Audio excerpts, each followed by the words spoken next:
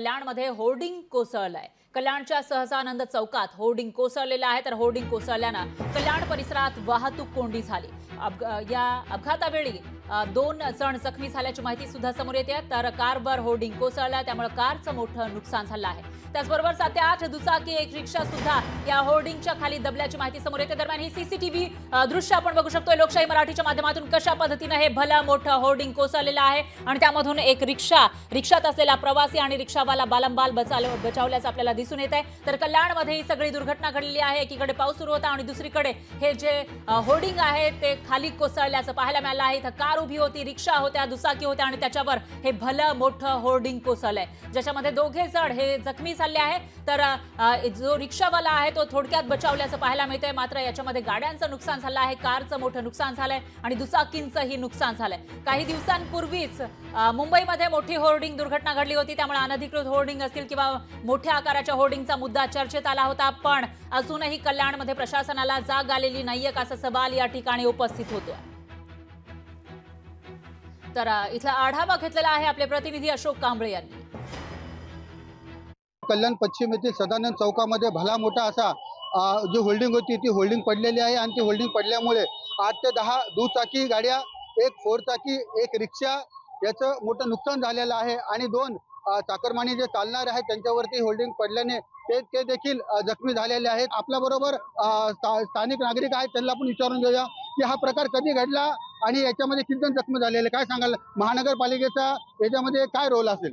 महानगरपालिकेला मी 3 महिने पहिले, आम्ही इथले स्थानिक रहिवासी आहे, आम्ही 3 महिने पहिले इथले आम्ही स्थानिक रहिवासी आपले जाधव साहेब त्यांना भेटायला गेलो होतो। ते आम्हाला बोलले की आम्ही ऑडिट करायला सांगितले आणि त्यानंतर आता आज सकाळ आम्हाला कळलं की हे आपलं सदरान चौकात ही होर्डिंग पडली, ते सांगूनही त्यांनी आम्हाला टाळून दिलं। आम्हाला स्थानिक नागरिकांनी या होर्डिंगची ऑडिट करायला सांगितली तरी सुद्धा कल्याण डोंबिवली महानगरपालिकेने ही केलेली नाही। आता आपल्या बरोबर अजून काही नागरिक आहेत जे इथं ठिय्या मांडून बसलेले, आपण त्यांना विचारूया की आपण का इथं बसलेले आहेत?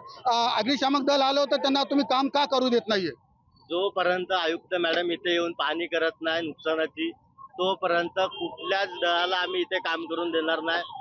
3 महिने झाले, जवळजवळ वर्ष झालं आमच्या महाराष्ट्र विमान सेनेतर्फे पाठपुरावा चालू होता। मुंबईची घटना घडल्यानंतर पण पाठपुरावा चालू होता। आयुक्त मॅडम सोबत बैठक झाली, मॅडमने आदेश दिले की चौकशी करा, अनधिकृतवाले असतील ते हटवा, जे बरोबर योग्य नसतील त्याच्यावरती कारवाई करा।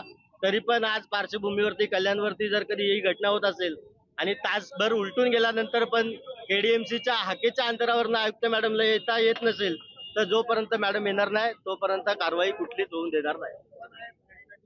1 वर्षापासून याचा पाठपुरावा करत होते स्थानिक नागरिक की याचा ऑडिट केला पाहिजे, तरी सुद्धा महानगरपालिकेने याचा ऑडिट केला नाही। त्यामुळे अग्निशामक दल इथे काम करायला आले होते, कटिंग करायला, पण महाराष्ट्र नवनिर्माण सेनेचे काही पदाधिकारी यांनी त्यांना काम करू दिलेले नाहीये।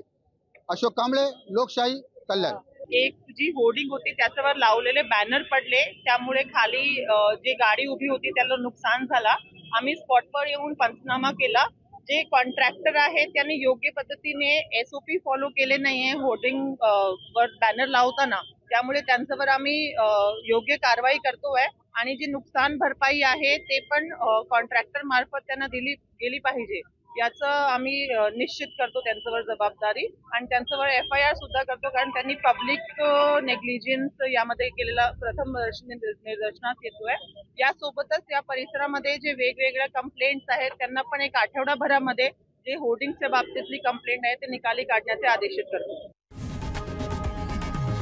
लोकशाही मराठी, ऐका, पहा, जागरूक रहा।